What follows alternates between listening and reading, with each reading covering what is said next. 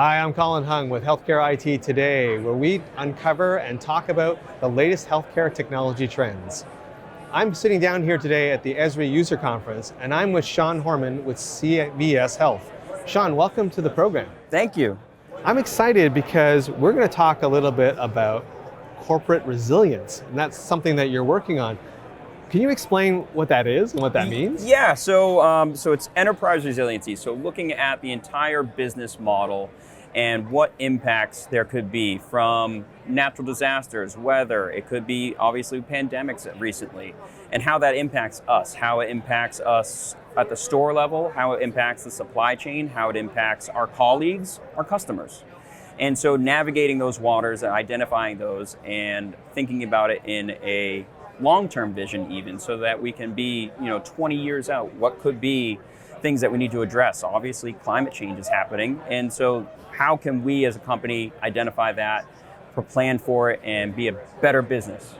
And so how does GIS factor into this? So obviously GIS is layers. It is layers and layers of information. So we have retail stores, they exist. We have employees, you can be working from home now. You could be working at a corporate office.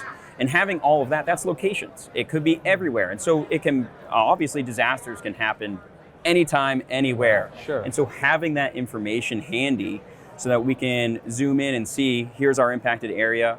Is it an asset? Is it a colleague? Is it a customer? And looking at that and then performing, the required actions following that to ensure safety and security. So when you say actions, I'm assuming also you mean like how can you help them respond to the event, how to take care of your own employees, but also the communities that you're serving. Yeah, and so one thing that we're going to really be trying to do is getting out into the communities that are being impacted and working with them to rebuild. And so that's, a true passion of mine is really helping people. At the end of the day, that's really what I care about, what I want to see better. And GIS is honestly the way that we can kind of do that. We can get on all of these layers and hear real information as to what's going on, how bad was the flooding in this area, where are the homes impacted, where are our assets impacted as a company. So in building that entire community. So a community is made up of our customers, of our colleagues that are working there. And so how can we then respond, react, and build back a little better? And some of this information is going to be proprietary to CVS, obviously the employees and your assets that you have there. But some of this sounds like it's public information in terms of the zone of where the flood happened, the weather patterns, and all that stuff. Absolutely. And there's a lot of different places that you can go and pull this information in. ArcGIS, offers a lot of this. And so you can kind of think of that, and I want to actually produce a bit of a public-facing domain for CVS on our retail stores so that in the event of a disaster or an occurrence, people can check and see, is my store open? Can I get to my pharmacy? Because that's really important stuff, especially after disasters, and people are really worried about that. Right. Can they fulfill their script? Yeah, right? And that's exactly what it is. So, so stuff like that really, really is important in getting those stores back open. So our enterprise resiliency is also business continuity, making sure that we can, if something occurs, getting back on track faster. Right, because you can redirect someone to a store that is open. Exactly. If we can get those stores open, we can get people back in their homes sooner. We can get the community back up and running.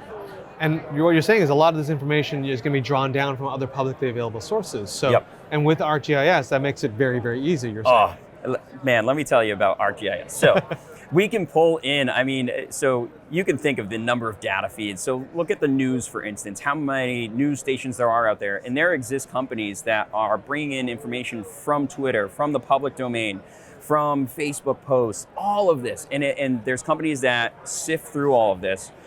Factal's one of those. And they push out this information to you as a customer, and you can consume it and then see geographically on a map where it was. And so it's really interesting because someone can post on Twitter about something happening, and yes, there's location data behind that sometimes, but they could be posting about a different location. And so that's where these third parties kind of come in and do a better job of reporting out on information and being able to put that map, put a point on the map. And so now how near is that to me as an employee, or if we have a customer in that area, if we have a store in that area, how's that impacting us in looking at it? You're obviously a GIS fan and you're very passionate about the technology. What gets you excited as you look to where this technology can go in the future? Man, so many new things are coming out. The plenary session was fantastic. So something that I really see happening here is faster access to data. You know, we can respond a lot sooner and being able to access those communities. So for me, at the end of the day, it's all about helping people. I want to make the world, you know, leave the world a better place than you found it type of thing. And so being able to get that information and pull it down and then access it and utilize it, we can run analytics on this. We can see all of the supply chain and what's impacted, where's the next best place to go and help out a community. So that's just it, like the time frame. And so not only that, but we can also collaborate. You know, there's a lot more collaboration happening these days, and you know, in ArcGIS Online, you can create groups that you can facilitate with other partners on and share data, and I absolutely love that. You know, prior, data was always kind of siloed, and people, you know, really held on to it tight and didn't want to share. And now, you know, speaking with some people here at the conference and everything, you really see some people opening up about it and be like, oh, well, hey, you know, maybe we can work together and talk about this in a different sense and put in another layer here that we can talk about and see. And you know, it just drives that. And honestly, it drives for a better world. We have more information and we can do more with more information. Amazing, amazing. Well, I hope we can get together in 6 months or maybe a year's time to kind of check in and see how the progress you're making. Absolutely love that. I would love to show you what we're doing.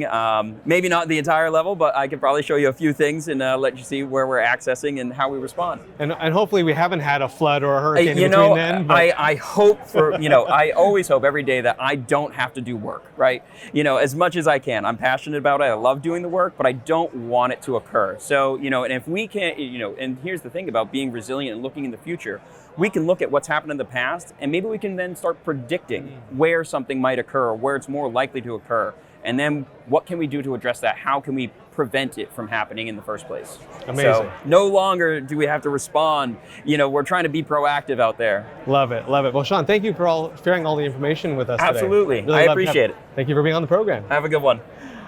This has been Colin Hung for Healthcare IT Today. And if you enjoyed this interview as much as I did, please like, subscribe, and share wherever you're listening and watching. Also, head on over to healthcareitttoday.com where you can get the latest news and insights in health IT. I'm Colin Hung. Thanks for being here.